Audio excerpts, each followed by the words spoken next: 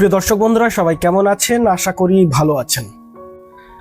আপনি যদি জমি ক্রয় করতে চান বা কিনতে চান বা ইন ফিউচারের জন্য ইনভেস্ট করতে চান, অনেক সাধারণ আমরা গরিব মধ্যবিত্ত মানুষেরা সারা জীবনের উপার্জনের অর্থ দিয়ে 2-1 কাঠা জমি কেনার চেষ্টা করি বাস্তবিকটা করার জন্য।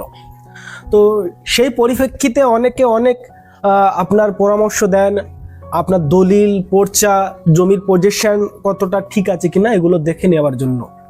কিন্তু একটা বিষয় অনেকে না দেখার জন্য পরবর্তী সময়ে আইনি জটিলতায় ফেঁসে যায়। সেটা বিষয়টা কি, যে জমিটি আপনি কিনতে চাইছেন সেই জমি কোনো মামলা রয়েছে কি না, সেই জমির ওপর কোনো মামলা রয়েছে কি না। আর যদি না দেখেন আর ভবিষ্যতে গিয়ে দেখেন যে মামলা আছে, তাহলে লক্ষ লক্ষ টাকা তো আপনার একদম নষ্ট হয়ে গেল।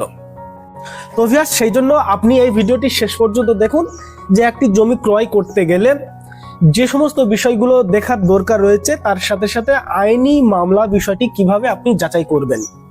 প্রথমত আমি বলতে চাই যে আপনি সরাসরি জমির মালিকের কাছ থেকে জমি কিনতে চাইছেন বা কিনছেন, অথবা মিডলম্যান বা ব্রোকার রয়েছে, যেখানে জমির মালিকের সঙ্গে আপনার কোনো দেখা সাক্ষাৎ কিছু হচ্ছে না।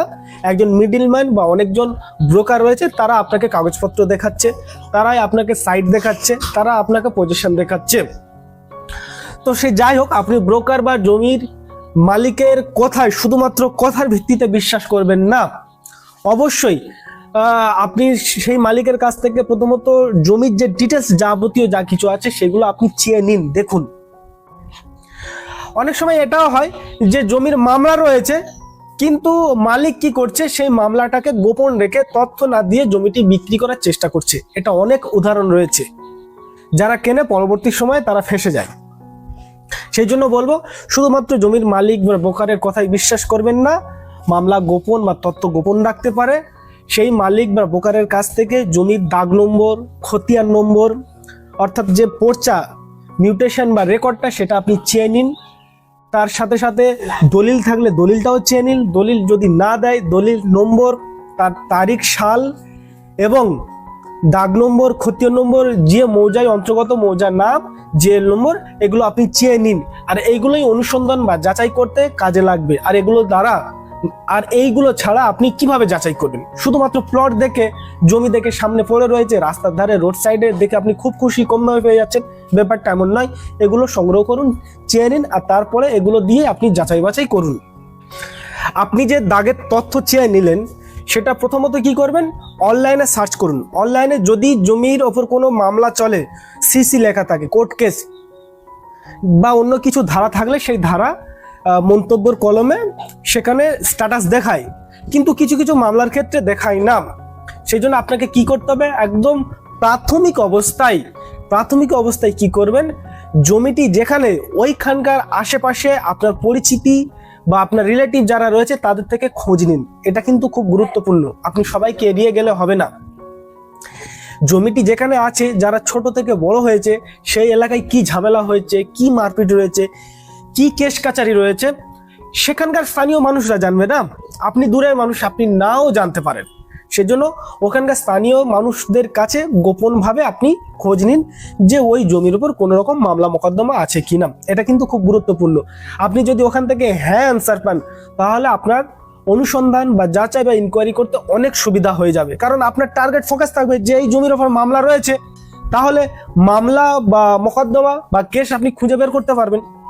আচ্ছা, দ্বিতীয়ত, যেহেতু আপনি জমির মালিক বা ব্রোকারের কাছ থেকে দাগের তথ্য বা খতিয়ানের তথ্য নিয়েছেন, সেই জন্য আপনি সরাসরি ওই জমিটি যে ব্লকের আন্ডারে রয়েছে, ভূমি ও ভূমি সংস্কার বিএলআরও ডিপার্টমেন্টে যাবেন এবং রেজিস্ট্রার, সাব রেজিস্ট্রার অফিসে যেখানে জমির দলিল হয়, সেইখানে খোঁজ নিন। মালিকের নাম দিয়ে, আপনার মৌজা, জেএল নম্বর, খতিয়ান নম্বর, দাগের তথ্য দিয়ে খোঁজ নিন যে এই জমির ওপর কোনো নোটিশ আছে কি না। যদি নোটিশ থাকে, তাহলে অবশ্যই নোটিশটি জানার চেষ্টা করবেন যে এর ওপর কোনো কেস আছে কিনা।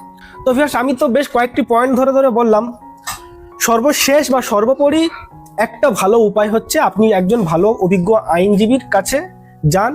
আপনার পরিচিতি হোক বা অপরিচিত হোক, এইরকম আইনজীবীর সঙ্গে যোগাযোগ করুন, ওই জমির ডিটেলস দিন, দিয়ে বলুন এই জমির ওপর কোনো মামলা আছে কিনা আপনি একটু যাচাই করে দিন। সেই আইনজীবী ওই কোর্ট, সিভিল কোর্ট বা আপনার ক্রিমিনাল কোর্ট, লোয়ার কোর্টে তারা দেখে নেবে যে এই জমির ওপর কোনো মামলা আছে কিনা। যদি মামলা থাকে আপনাকে ডিটেলস দিয়ে দেবে, যদি মামলা না থাকে তার জন্য একটা রসিদ আপনাকে দিয়ে দেবে, অবশ্যই সেটা ফিস দিতে হবে। তো ভিউয়ার্স, একটা জমি কিনতে হলে যা কিছু দেখার প্রয়োজন, দলিল, পর্চা, পজিশন, জমির মাপ ঠিক আছে কিনা, মৌজা ম্যাপ অনুযায়ী আছে কিনা, কম আছে কিনা, বেশি আছে কিনা, যদি ওয়ারিশ সূত্রে বিক্রি করে কতজন ওয়ারিশ, সেই জন্য আপনাকে ওয়ারিশ সার্টিফিকেট অবশ্যই দেখতে হবে। এত কিছুর পরেও জমিটার উপর মামলা আছে কিনা সেটা আপনাকে দেখতে হবে। মামলা আছে কিনা কিভাবে দেখবেন, আমি প্রথম থেকে এটা নিয়ে বেশ আলোচনা করছিলাম। 3টি পয়েন্ট বলবো। প্রথমত, স্থানীয় লোকালয়ের কাছে খোঁজ নিন, আশপাশে মানুষের কাছে।